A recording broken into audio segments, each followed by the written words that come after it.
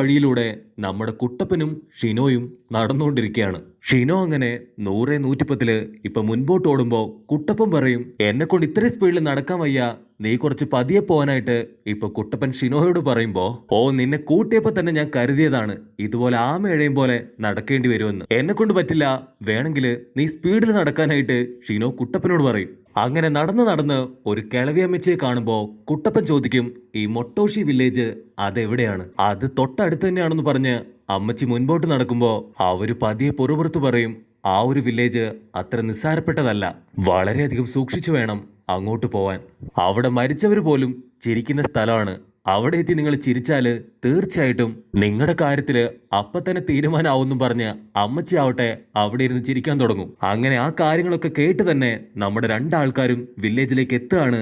അവരെത്തിയ ഉടനെ അറിയും, ആ ഒരു ഗ്രാമത്തിലെ പ്രധാനി ആള് മരിച്ചുപോയി.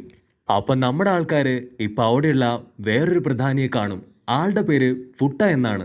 അപ്പൊ നമ്മുടെ ആൾക്കാര് ഇപ്പൊ ഹൊക്കാഗ കൊടുത്തുവിട്ട ഒരു ലെറ്റർ വായിക്കാൻ തുടങ്ങും. ആക്ച്വലി ആ മരിച്ചുപോയ ആളുടെ മകനാണ് ഇപ്പൊ കാണുന്ന ഫുട്ട. അപ്പൊ ഷിനോ പറയും, നിനക്ക് മാത്രമാണ് നിന്റെ അച്ഛന്റെ എല്ലാ സ്വത്തുക്കളും ഇപ്പൊ എഴുതി വെച്ചിരിക്കുന്നത്. അത് അനുഭവിക്കാൻ നിനക്ക് മാത്രമേ ഇപ്പൊ അർഹതയുള്ളൂ. മാത്രമല്ല അടുത്ത ദിവസം നിന്റെ അച്ഛന്റെ ഫ്യൂണറലാണ്. അത് ആഘോഷിക്കാൻ ഒരുപാട് പേര് വരും. അതുകൊണ്ട് തന്നെ അന്നേ ദിവസം നീ സെക്യൂരിറ്റി ആയി നിൽക്കണം. നമ്മുടെ ഷിനോയ്ക്കാണ് ഈ ഒരു ഫംഗ്ഷന്റെ പൂർണ്ണ ഉത്തരവാദിത്വം. ഷിനോ വീണ്ടും ആ ഒരു ലെറ്റർ വായിക്കുമ്പോൾ അതിൽ അതിശയകരമായിട്ടുള്ള മറ്റൊരു കാര്യം ഉണ്ടാവും. അന്ന് ഫംഗ്ഷന് വരുന്ന ആരെങ്കിലും നോക്കി ഈ ഹൊട്ട ചിരിക്കുകയാണെങ്കിൽ തീർച്ചയായിട്ടും ആ ഒരു സ്വത്ത് മുഴുവൻ അവന്റെ റിലേറ്റീവ്സിന് വീതം വെച്ച് കിട്ടും. അത് കേട്ട് അവൻ ഷോക്കായിട്ട് നിൽക്കുമ്പോൾ ഷിനോ പറയും, ഈ ഒരു മൗണ്ടെയിനിൽ ഒരുപാട് വേർബ്സ് ഉണ്ട്, അതെല്ലാം തന്നെ നിനക്ക് സ്വന്തമാണ്.